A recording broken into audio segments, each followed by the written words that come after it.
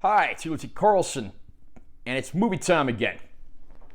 I just did a review a few weeks ago for Kino Lorber's release of 1969's The Italian Job starring Michael Caine.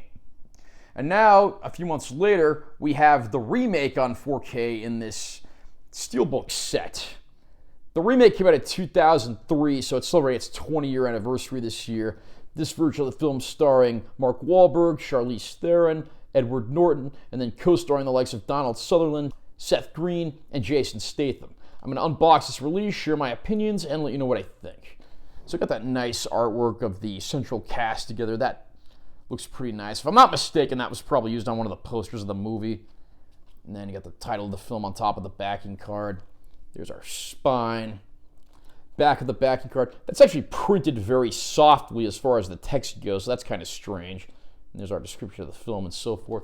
Underneath the backing card, we've got this art with the Mini Coopers and the helicopter. Get in, get out, get even. Sums up the film pretty well. We do have a digital code. This has already been used, so don't bother trying to get it. We have a Blu-ray copy of the film included. Sadly, it's not a new transfer. It's just a rehash of an older disc. And then we have the 4K disc. Underneath, we have a panoramic shot of the cast of the movie. That also looks very nice. And now we'll read the description of the film as follows from the backing card.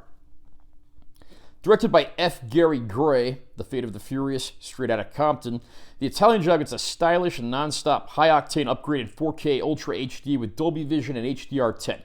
Charlie Coker, Mark Wahlberg, pulled off the crime of a lifetime, but he didn't plan on being double-crossed. Now he wants more than the job's payoff. He wants payback.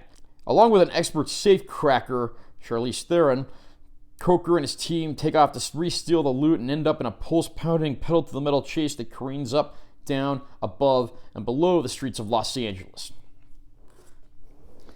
I will be honest, I saw this movie when it was in theaters. I think I was like 18 when this came out. And at the time, I didn't even know it was a remake. I haven't had a chance to watch, of course, both this and the remake since.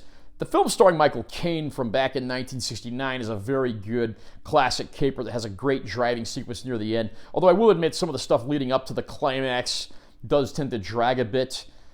The 2003 remake of the film, directed by F. Gary Gray, is a much more fun, much more accessible movie. I think the earlier film certainly has its charms, and it does best this one in some regards, namely Michael Caine's performance. But again, this is the more fun, more accessible film, and I think it does what it does very well. Heist films are a dime a dozen, but this one actually works out pretty well. The casting here is absolutely fantastic. Mark Wahlberg as the main character wants revenge, teaming up with Charlize Theron, who portrays the safecracker and daughter of his former collaborator. Makes for some very interesting chemistry. And you got Edward Norton playing a very charismatic, interesting bad guy who double-crosses the team. And the supporting cast includes a very funny performance from the always entertaining Seth Green, and then Jason Statham as the resident ladies' man. And of course, the driving sequences are absolutely fantastic. Just like the original film, of course, they had to go for using 3 Mini Coopers in the climax, and it's done very well. I've been told that they used an absolute minimum of CG work here, which makes the end result look all the more convincing. I mean, even from the first 15 minutes or so of this movie, you're thrown right into the middle of a caper, so it wastes no time getting down to business. These characters are fun to watch. The situations they get into are very entertaining. Probably the only weakness this movie really has is that about halfway through it does introduce some tertiary mafia characters who really don't get all that much to do and don't really serve much of a purpose to the plot. You could easily have excised those characters and still had just as good a product, but that's a minor flaw with what's certainly one of the most fun, entertaining, and all-around fantastic crime capers and heist films of the past 2 decades. The Italian Job makes its 4K debut here, and I'm happy to say that for the most part, this does look very good. You get a nice, clear, and natural-looking picture, the nice boost in colors and black levels. There are a handful of scenes here and there that looked a little softer than the rest of the film, and I suspect there may have been some noise reduction utilized there, but that's a small price to pay for what overall actually looks very good from start to finish. The included Blu-ray disc is clearly a much older disc that utilizes a transfer nowhere near as good as the 4K disc, and that's disappointing. We couldn't get a remastered disc there. The Blu-ray disc does have the bonus features on it, but it's mostly just like EPK type stuff and some old deleted scenes. Nothing too noteworthy there, but you might want to watch the stuff once if you're a fan.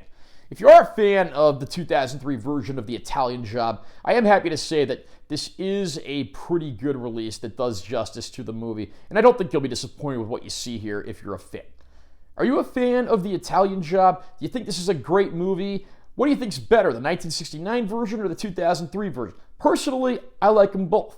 Comment down below and let me know what you think. Also, remember to subscribe to this channel for more content. I'm always posting new videos, and make sure you give this one a like if you found it helpful. I'm Taylor T. Carlson. See you next time.